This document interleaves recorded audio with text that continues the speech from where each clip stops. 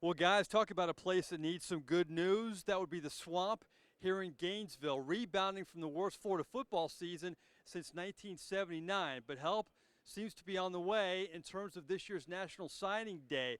The Gators turned a 4-8 season into a top 10 recruiting class. Will Muschamp, how'd you pull that off?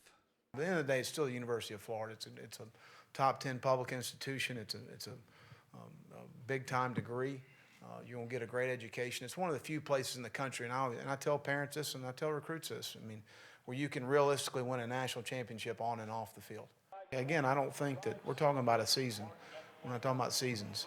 And I think that, we won 11 games a year before. A lot of those guys we were recruiting then.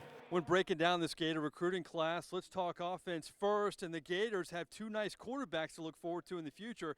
Davidson, North Carolina's Will Greer. He was your Parade All-American Player of the Year, but pushing him in the future will be Miami quarterback Trayon Harris. The quarterback position was evaluated differently after new offensive coordinator Kurt Roper came aboard.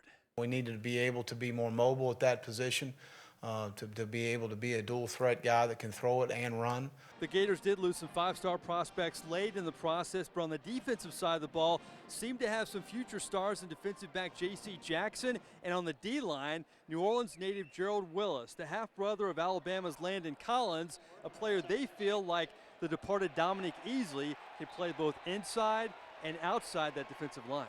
He's a guy that's real mature. He's handled his business there at Edna Carr High School in New Orleans. He's worked hard academically to get to where he was. He's right at that cusp of they played to the state championship game there. But a guy that, again, you look at all the, he's got good flexibility in his lower body. He's an explosive guy.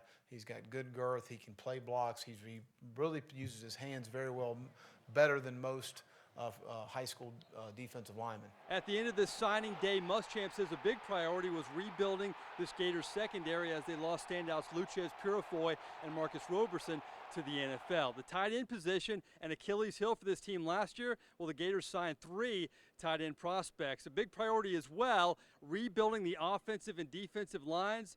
Plenty of help is on the way. And away from signing day, some updates on the injury front. Quarterback Jeff Driscoll, coming off his broken leg, is now jogging. Will be ready for spring practice, which will now be delayed by 10 days to make sure he's ready. Running back Matt Jones, coming off knee surgery, won't play in the spring, but is 90% now, and Muschamp says will be good to go when fall practice rolls around. See, guys, the Swamp has some things to smile about after a very tough fall football season. In Gainesville, Mike Neighbors for CST Tonight.